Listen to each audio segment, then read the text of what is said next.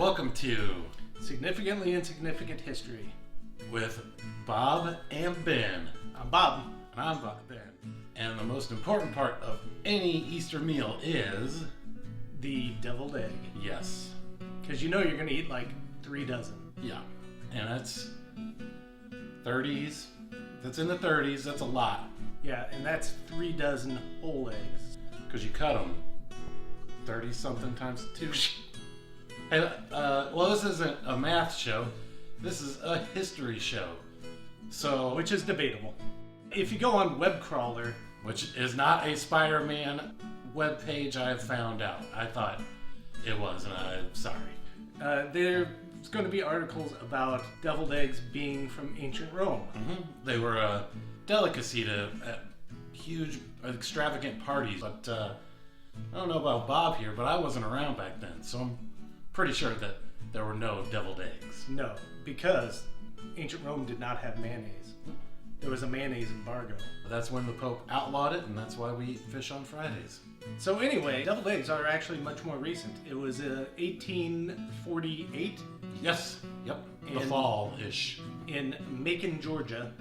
Making bacon. There was this kid there in Macon, Georgia. His name was Lil Jasper. Not Little. No. Lil. Lil was his first name. His parents were poor and they couldn't afford the rest of the letters to make up Little. Yeah. TTEs were very expensive back then. Yeah. So they just went with the LIL and the apostrophe. Yeah. But apostrophes were free. Lil was throwing fits. He was not having a good time. Temper tantrums, screaming in bed and sweating and throwing up and calling his mom bad names. The worst names you could call your mom in the 1840s. Yeah, like nincompoop. Chazbot. Knucklehead. Mm-hmm. Holler back girl. Yeah. Holler back girl. And not like she was hollering, like she came from the back of the holler. Yeah. So he's screaming at his mom and he's telling her do all these things for him, and one of those things is like, hey, why don't you hard boil me some eggs, you holler back girl. And apparently his parents finally had enough of him, so they called the local priest. Who was Archbishop Archibald Arch Johnson. Right, or as they called him there in the town, the Triple Arch. Which is one more than McDonald's has. Which was Jacob McDonald, the farmer down the street. Yep. He had 2 arches in his yard for hanging up pig guts. The Triple Arch comes out and he takes a look at this sweating, cursing, order-given kid, and he says, this kid's got the devil in him. Yeah. And he said, there's only one thing we can do. We're going to go downstairs, we're going to play some cards. Yeah. And while they played the cards, they were like, hey, what else can we do? McDonald, the neighbor, he had a son, and he was like, have you ever heard of this thing called exorcism? The Triple Arch was like, I think I read about that once in a book in the library. So they drove to the nearest library, which, of course, this is Georgia in 1848, so that it was not in state. Came back and he's like, I think I got this, guys.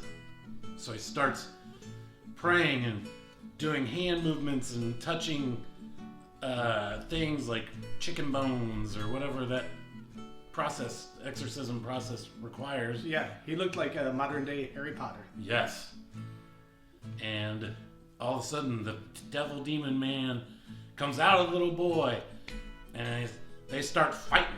Yep, it was like a scene out of Mike Tyson's Punch-Out, and it was not looking good for the Triple Arch.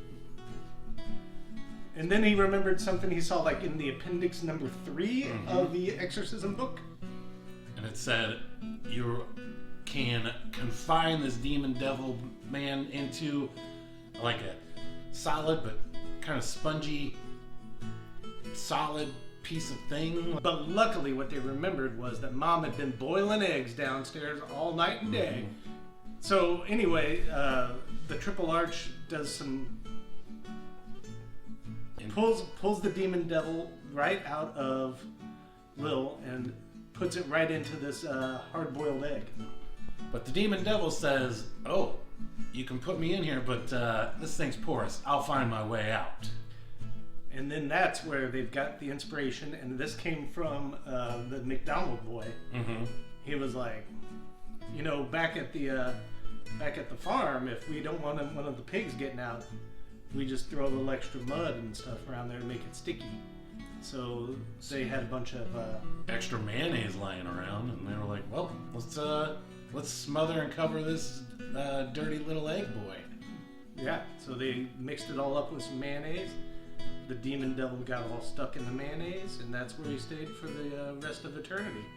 And I'm pretty sure you can still find this egg down in Macon, Georgia, somewhere, unless somebody ate it.